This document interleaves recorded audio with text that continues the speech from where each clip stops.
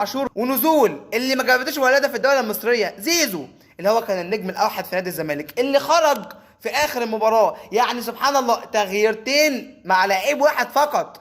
زيزو واللي عمل ضربة جزاء لمصلحة النادي الأهلي، اللي كان المفروض اللاعب رقم واحد في تسجيل ضربات الجزاء وأنت مغمض عينك هو زيزو، اللي تريزيجيه لعبها وهو ما قدرش يتكلم معاه وهو ما شافهاش، مع ان زيزو هو اللي عمل ضربة الجزاء دي وضاعت.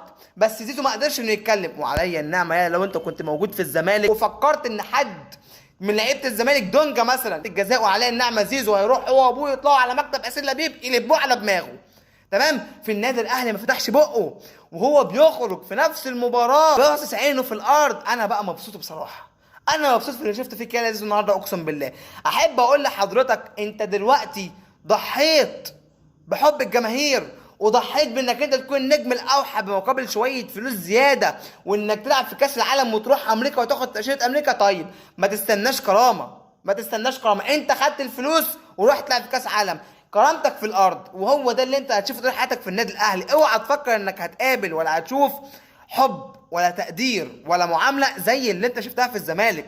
بس كده، دول كلمتين كانوا محشرين في زوري.